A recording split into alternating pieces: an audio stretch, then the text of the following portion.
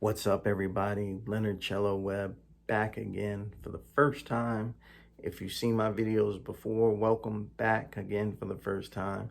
If this is your first time watching one of my videos because somebody shared it, I appreciate the share. Welcome for the first time. So the last couple days, I've been getting into communication. I'm gonna move on from that, but keep that in mind, and we're gonna talk about awareness levels. And this is going to be so important because this is going to reduce stress. Stress has a way of affecting you. And there's three primary ways emotionally that it's going to affect you. One is your sense of safety. Two is your sense of connectiveness. And three is your sense of hope. Now, the first one, your sense of safety. When you're stressed, your sense of safety is compromised. Just imagine you're at work and you're stressed out, whether it's what's going on or whether you're going to keep your job or not. Your sense of safety is now compromised, and that causes stress.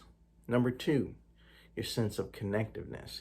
And this is so important, and I can't stress enough, and I know I stressed it in the other videos. For you homeschool parents and your teachers that are doing these online classes, well-being over assignments. Say it again, well-being over assignments. This is not the time to be loading up on assignments. I've been seeing on social media, students are saying we've never had this much to do when we were in school. And that may come from a sense we don't want our children being lazy, not doing anything. But remember, we're in a crisis schooling state. This is not homeschooling. This is something totally new, and we need to have patience. There's an old saying, and it goes like this, if I can remember it correctly. Play heals the body. Laughter heals the mind. Joy heals the spirit. And if you, as a parent and educator, can get those three things in a day, you've done an excellent job. So, well-being, last time, well-being over assignments. And number three is the sense of hope.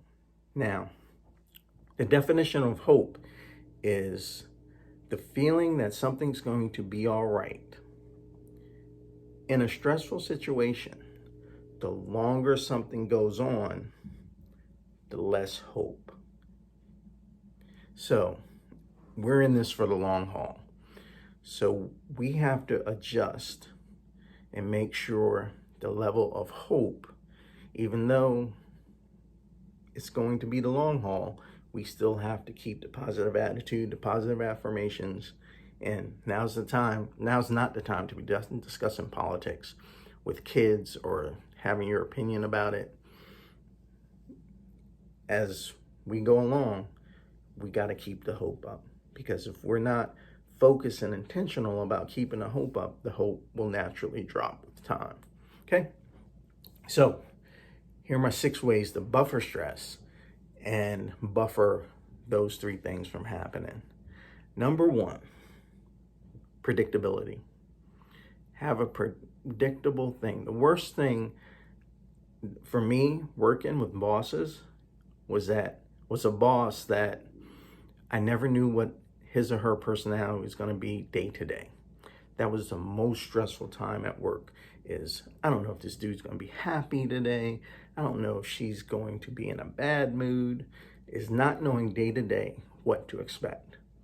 Make sure, whether child, parent, teacher, whatever you're doing, that you have a predictable attitude, positive. Do not change from day to day. Especially children need that stability. They need that predictability from you. Number 2, age level information. Younger kids may not understand what's going on, so give them age level information. Some numbers or statistics may be scarier to younger kids than they are older kids, so keep that in mind. Number 3, be on the lookout for signs of stress, depression, things like that. There's a lot of great resources out there, but you want to look for some changes in behavior. There's naturally going to be some. They may sleep longer, they may be playing video games longer. I don't know how much longer they can do, but look for slight changes. Or they may stop doing those things, or they're not contacting their friends. Look for those things. Number 4, encourage physical activity. Get them out. Take a walk with them, even if it's for 10 minutes. But get them out doing things. It's so important to keep the mind and the heart active. It was usually cold this time of year where I live, but it was warm.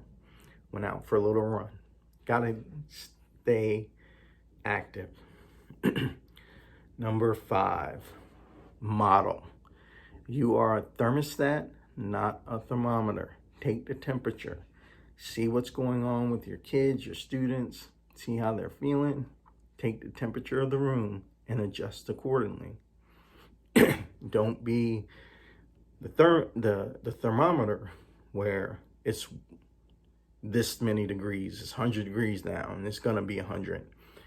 Be the thermostat. Okay, it's a little warm in here. I'm going to turn it down.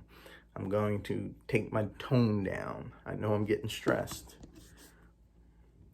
So, man, I need battery. Number 6, have fun together. Watch a movie. I don't care if it's a terrible movie. Do things together. Bake cookies. Find a thing, even if they're not, find a new hobby with them. But do things together. All right? Just something caught my throat, not Corona. So, as we move on tomorrow, I'm going to get into more awareness. If you like what you're hearing, you want more information, I have a newsletter that goes out every month. Send me an email that says subject, in the subject area, put newsletter, and I will get you April's newsletter, and you'll be on my newsletter list. So send it to info@wevolutionarymotivation.com. You will get that newsletter. If you're interested in my coaching program, just put coach in the subject line of the email to the same email address, info@wevolutionarymotivation.com, and I will get you my coaching program. I'm giving away 10 free personality assessments. So the first 10 people that send me an email will get a free personality assessment and a 30-minute consultation with me, and we'll go over your over 20-page personality assessments. We won't go over all 20 pages. I'll give you the initial consultation. It is usually, for the personality test and the consultation, $197. First 10 people will get that free. info@wevolutionarymotivation.com. If you want both, in the subject line, put both. Okay? Last thing, the book was approved. The book is called Youth Champ. CHAMP stands for choices, habits, attitude, mindset, purpose. And it's a journal for teens to strive through the teenage years. So that'll be out soon. Be on the lookout for that. Youth Champ. That's all I got for today. Stay safe. info@wevolutionarymotivation.com. Newsletter, coach, both.